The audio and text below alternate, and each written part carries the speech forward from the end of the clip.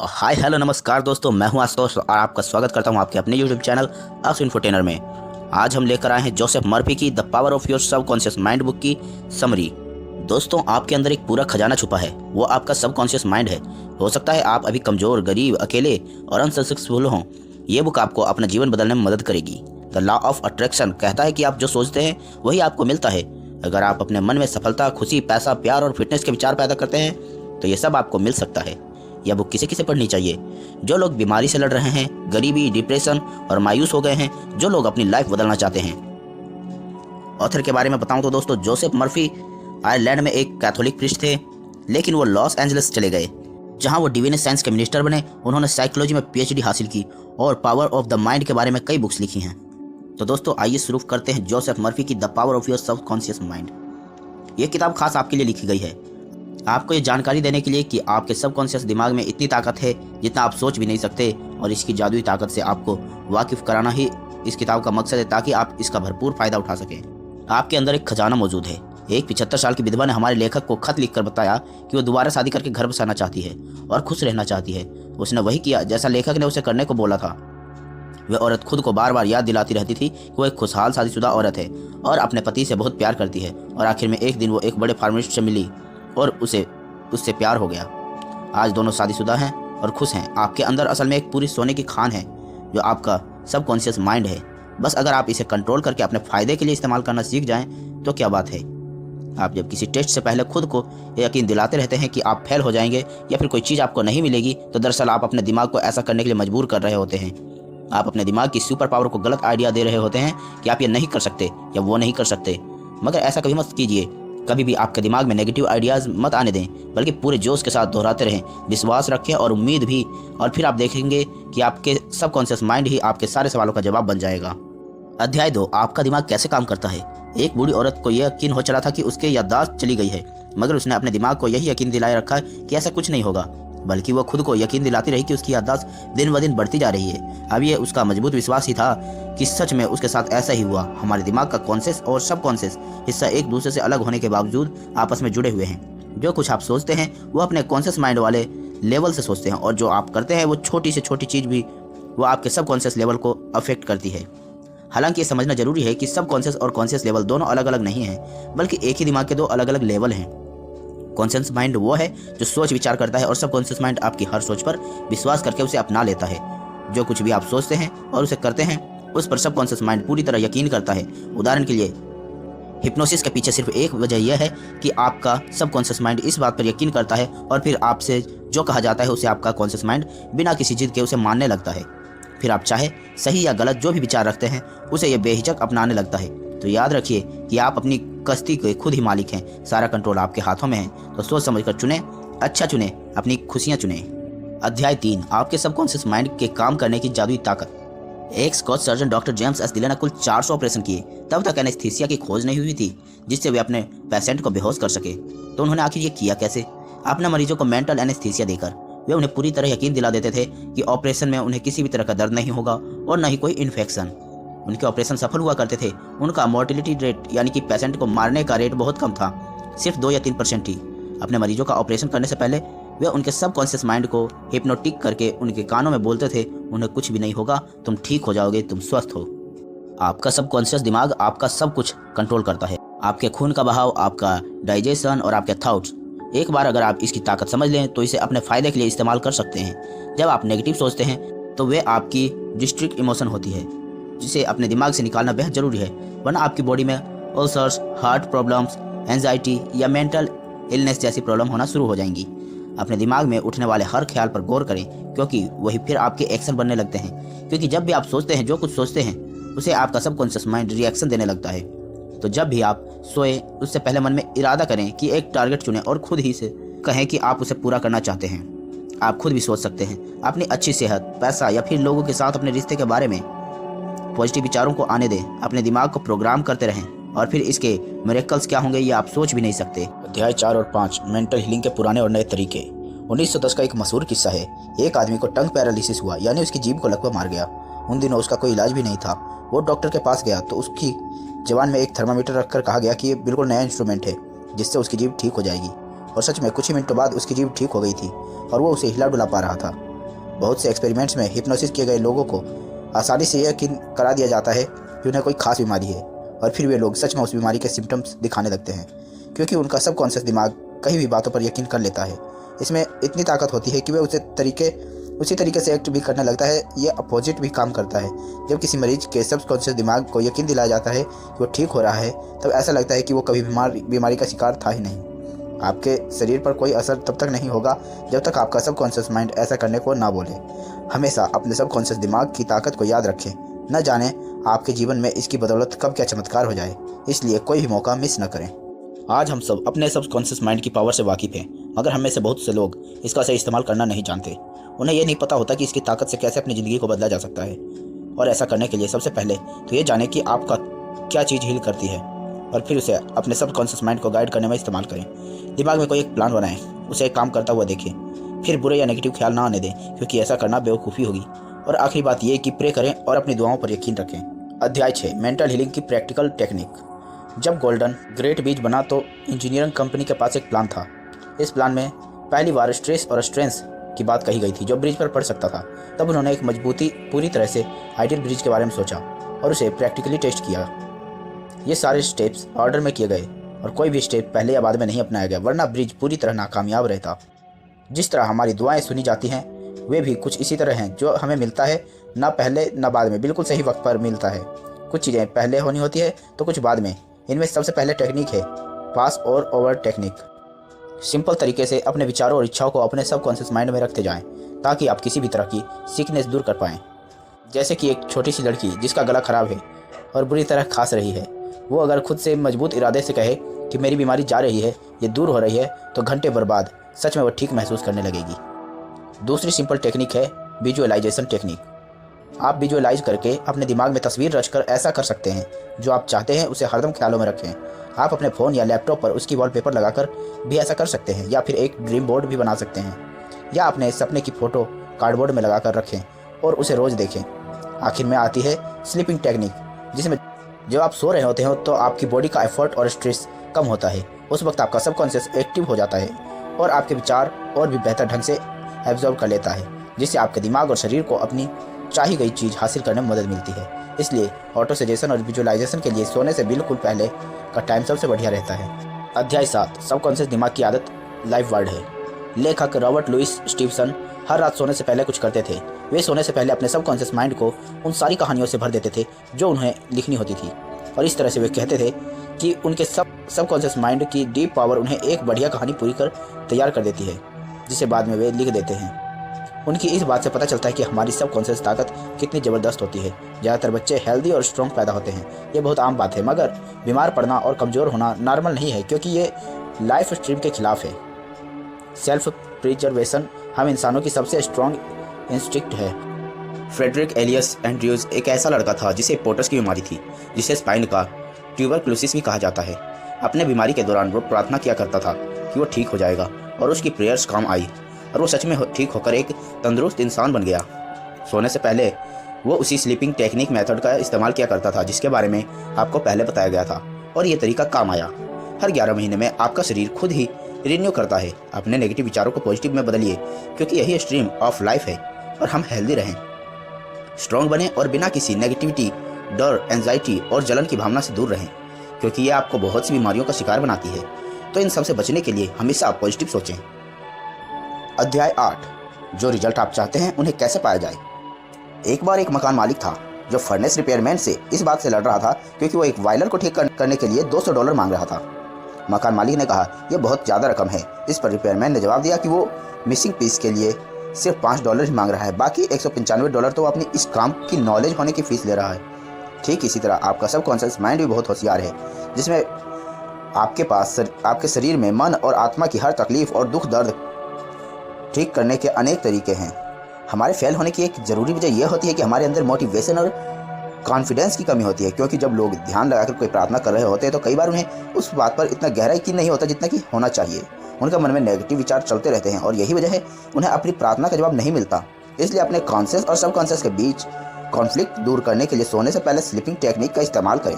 अपने सपनों को पूरा होता हुआ देखें बार बार। अध्याय 9 और 10, अपने सबकॉन्शियस की पावर को पैसे और अपने अमीर होने के लिए कैसे इस्तेमाल करें। लेखा का एक दोस्त सालाना $75,000 कमाता है, यानी लगभग 55 लाख रुपए। वो एक बार दुनिया घूमने के लिए 9 महीने की लंबी छुट्टी लेकर एक क्रूज पर गया। उसने खूब पैसे उड़ाए, मजे किए, और जब वो वापस काम पर लौटा तो उसने कुछ महसूस किया कि उसने कई साथी जो उनसे बिजनेस के बारे में ज़्यादा जानते थे और इवन बेहतर काम कर रहे थे, लेकिन वो सारे उनसे छोटे पोजीशन में ही रह गए थे और उनसे कम सैलरी ले रहे थे। ऐसा क्यों हुआ? क्योंकि उन सबको ना तो अपने सबकॉन्शियस की पावर के बारे में पता था, ना कोई नॉलेज थी और ना ही कोई इंटरेस्ट, और इसलिए उनके कोई बड़े सपने भी नहीं थे। ऐसे लोग एक तरह से क्रिएटिविटी से भी कोसों दूर होते हैं। तो सच तो यह है कि कोई भी रातों रात अमीर नहीं बनता, सिर्फ सोचने भर से। इसके लिए आपको सबकॉन्शियस माइंड में कुछ नए आइडियाज़ सोचने होंगे, इसे मोटिवेट करना पड़ेगा, तभी तो ये आपको अमीर बनने में मदद कर पाएगा। इसे मोटिवेशन देते रहे, आप अमीर हैं, आप प्रॉफिट कमा रहे हैं, और आपका सबकॉन्शियस माइंड जो नए विचार आपको देगा उन पर काम करना शुरू कर दे। जो आप कहें उसे पूरी तरह यकीन करें, क्योंकि आपका सबकॉन्शियस तभी उन आइडियाज़ को एक्सपेक्ट करेगा, आप अपने कॉन्शियस माइंड में भी उन्हें एक्सेप्ट करेंगे। अगर आपको ज़्यादा पैसे कमाने की चाहत नहीं है तो फेल होने की राह में यही पहला कदम होगा। सबसे पहले तो ये विचार दिलो दिमाग से निकाल कर फेंक दे कि पैसा सब बुराई की जड़ है, क्योंकि जब आप इसे बुराई मानकर नफरत ही करेंगे तो भला इसे कैसे अपनी तरफ अट्रैक्ट कर सकते हैं। पैसे से नफरत करेंगे तो आपके हाथ कुछ नहीं लगने वाला। इसके बदले पैसे को अपना सबसे बड़ा दोस्त समझकर इसे प्यार करें, अपने अमीर होने पर यकीन रखें। जो लोग पैसे की बुराई करते हैं अक्सर वही किसी न किसी फाइनेंशियल परेशानी से गुजर रहे होते हैं। जो ऐसा सोचता है कि उसके दोस्त जब उससे ज़्यादा कमाते हैं और आगे निकल चुके हैं, तो ऐसे लोग जलन भूनकर खाक हो जाते हैं। उनका दिमाग नेगेटिव विचारों से भर जाता है। जिस चीज़ के लिए वो प्रे कर रहे होते हैं अब उसी को कोसते रहते हैं। पैसे की ताकत बड़ी है, मगर इसे भगवान न बनाएं। पैसे तो बस सफल होने की एक निशानी है, असली खजाना तो आपके दिमाग में छुपा हुआ है, जो आपके विचार हैं। इसलिए पैसे की भी बुराई कभी ना करें। अध्याय 11 और 12, आपका सबकॉन्शियस माइंड आपकी सफलता का साथी है, और देखिए किस तरह साइंटिस्ट इसका इस्तेमाल करते हैं। सफल होने के लिए 3 खास स्टेप्स। स्टेप नंबर 1, अपने पसंद की चीज़ें जिनसे आपको खुशी मिलती हो, अगर आपको पता नहीं कि वो क्या हैं तो उसे जानने के लिए पूरे दिल से प्रार्थना करें। स्टेप नंबर 2, किसी एक खास चीज़ से महारत हासिल करें। जो आपको पसंद हो उसके बारे में ज़्यादा से ज़्यादा जानकारी रखें। जैसे कि मान लो आपको डेंटिस्ट का काम पसंद है तो इसकी किसी खास ब्रांच में स्पेशलिस्ट बन जाएं, जैसे एंडोडोक्टिक्स या ओरल सर्जरी या किसी और चीज़ में। स्टेप 3, जो भी आपको पसंद हो वो सिर्फ आप तक न सीमित रहे, सिर्फ आप ही नहीं बल्कि लोगों को भी काम आए। आपकी पसंद से दूसरों का भी भला हो और उनका भला करते रहना ही बेहतर होगा। इन सब स्टेप्स को अपनाते वक्त अपने सबकॉन्शियस की पावर को कभी ना भूलें। बहुत से साइंटिस्ट इस बात को जानते मानते हैं। एडिसन, मार्कोनी, आइंस्टाइन और बाकी बहुत से साइंटिस्ट अपने सबकॉन्शियस की आवाज़ सुनते थे और उन्हें बहुत फ़ायदा भी हुआ। बेहद कामयाब इलेक्ट्रिकल साइंटिस्ट टेस्ला को जब भी कोई आइडिया आता था तो वो अपने ख्यालों में उसका इन्वेस्ट कर लेते थे। वह जानते थे अपने सबकॉन्शियस का इस्तेमाल करके वो जो चाहे बना सकते हैं। उसका दिमाग उस पॉइंट पर पहुंच चुका था जो किसी डिज़ाइन के इन्वेस्टमेंट होने से पहले ही उनके दिमाग को उस डिज़ाइन का डिफेक्ट भी नज़र आ जाता था। इसलिए इन्वेस्ट करने से पहले ही वो डिज़ाइन इस तरह से बनाते थे कि उनमें कोई डिफेक्ट न रहे, जिससे उनका पैसा और वक्त बर्बाद होने से बचा जा सके। अध्याय 13, 14 और 15, आपका सबकॉन्शियस और नींद, मैरिटल प्रॉब्लम्स और खुशियाँ। एक ऐसी टेक्निक है जिसे मैं पर्सनली तब अपनाता हूँ जब अगले दिन मुझे कोई काम करना होता है और मुझे मन में ये डर होता है कि मैं टाइम पर उठ पाऊँगा या नहीं। तो मैं दिमाग में सोचता रहता हूँ और खुद को यकीन दिलाता हूँ कि सुबह मैं टाइम पर उठ जाऊँगा। मैं तब तक इस बारे में सोचता रहता हूँ जब तक मेरे सबकॉन्शियस माइंड में ये बात पूरी तरह से बैठ नहीं जाती, और फिर दूसरे दिन मैं एकदम टाइम पर ही उठता हूँ। और ये टेक्निक आज तक फेल नहीं हुई है। एक बार नहीं, ये बहुत सिंपल टेक्निक है। इसमें आपको कोई अलार्म भी नहीं चाहिए। हालांकि मैं फिर भी अलार्म सेट कर लेता हूँ, मगर हमेशा अलार्म बजने से पहले ही मैं उठ जाता हूँ, जिससे पता चलता है कि सबकॉन्शियस माइंड में कितनी पावर है।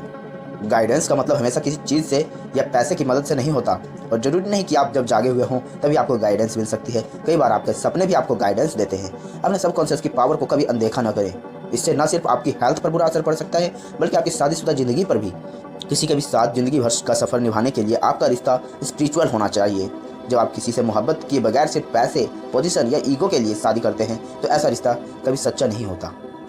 ऐसे रिश्ते लंबे समय तक नहीं टिक पाते। शादी का बंधन किसी भी चीज़ से ज़्यादा स्पिरिचुअल होना चाहिए, जहां दोनों पार्टनर के दिल में एक साथ धड़कते हों, जहां वो एक होकर ज़िंदगी के सफ़र में कदम रख सकें।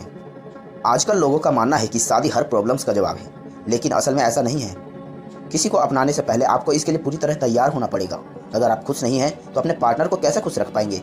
अपने पार्टनर से यह उम्मीद मत कीजिए कि वह आपको हर खुशी देगा। खुद को खुश रखना आपकी जिम्मेदारी है, ना कि किसी और की।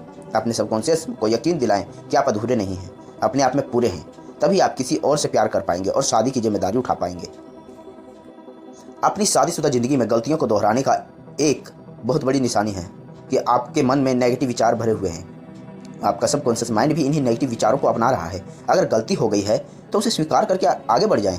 अपने साथी और अपनी शादी में यकीन रखें ताकि आपका सबकॉन्शियस भी यही माने। हमेशा एक बात याद रखें कि शादीशुदा ज़िंदगी में परेशानियां आना बेहद आम बात है और इसके लिए एक्सपर्ट की सलाह लेने में कोई बुराई नहीं है।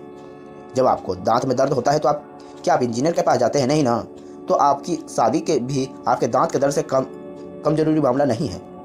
जब भी कोई परेशानी आए तो अपने रिश्ते को बचाने के लिए एक्सपर्ट की राय लें। अपने पार्टनर और एक्सपर्ट्स के अलावा किसी तीसरे के साथ कभी भी अपनी मैरिटल प्रॉब्लम से डिस्कस ना करें। आपकी खुशियाँ सिर्फ आपके हाथ में हैं। अगर आप यही सोचते रहेंगे कि आपकी शादी टूटने की कगार पर है तो जानते हैं क्या होगा? एक दिन ये सच में टूट सकता है। क्योंकि आप ऐसा सोचते हैं तो आपके सबकॉन्शियस को भी यही यकीन होने लगता है। जब आप खुशियों की जगह नेगेटिव सोचेंगे तो खुशियाँ कहाँ से पाएंगे? अब सवाल यह है कि खुशियाँ कैसे चुनी जाए। इसके लिए आपको रोज़ सुबह उठकर खुद ही दोहराना है कि आपकी ज़िंदगी ऊपर वाले की दी हुई है और इसका कंट्रोल उसके हाथ में है और वो जो आपके लिए चुनेगा सबसे बढ़िया होगा। जो कुछ भी होगा एकदम बढ़िया होगा और आप हमेशा खुश रहेंगे। अध्याय 16, 17, 18 और 19। आपका सबकॉन्शियस माइंड और इंसानी रिश्ते, माफ़ करना, मेंटल ब्लॉक्स और डर। सिगमंड फ्राइड साइको एनालिसिस के ऑस्ट्रेलियन फाउंडर कहते हैं कि जब किसी के अंदर प्यार नहीं होता तो उसकी आत्मा धीरे धीरे मर जाती है। यही बात गुडविल, रिस्पेक्ट और अंडरस्टैंडिंग के साथ भी है, क्योंकि जब आप दिल में नफरत पालते हैं तो अपने आत्मा और दिमाग को किसी कैदी की तरह हमेशा के लिए बांध लेते हैं। जितना हो सके सबका भला सोचिए और कोशिश करें कि किसी को भी नुकसान ना पहुंचे।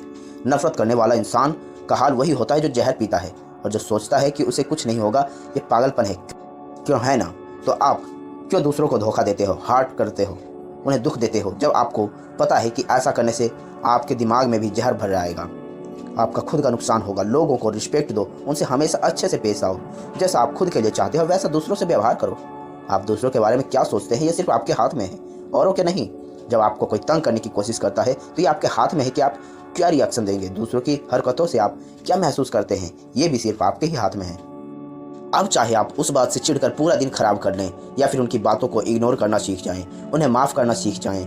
लोगों को माफ़ करना दरअसल दिमाग के लिए नेगेटिव विचारों के खिलाफ एक एंटीडोट की तरह काम करता है। जब आप लोगों को माफ़ करते हैं तो आपकी आत्मा एक शांति और सुकून से भर जाती है और एक तरह से लोगों को माफ़ करके आप लाइफ के पे बैक भी करते हैं, क्योंकि ज़िंदगी हमेशा आपको मौके देती है। जब कभी गलती से आपकी उंगली कट जाती है या पैर पर चोट लग जाती है तो आपका सबकॉन्शियस भी कुछ इसी तरह आपको माफ़ करता है, उस चोट को हील करके।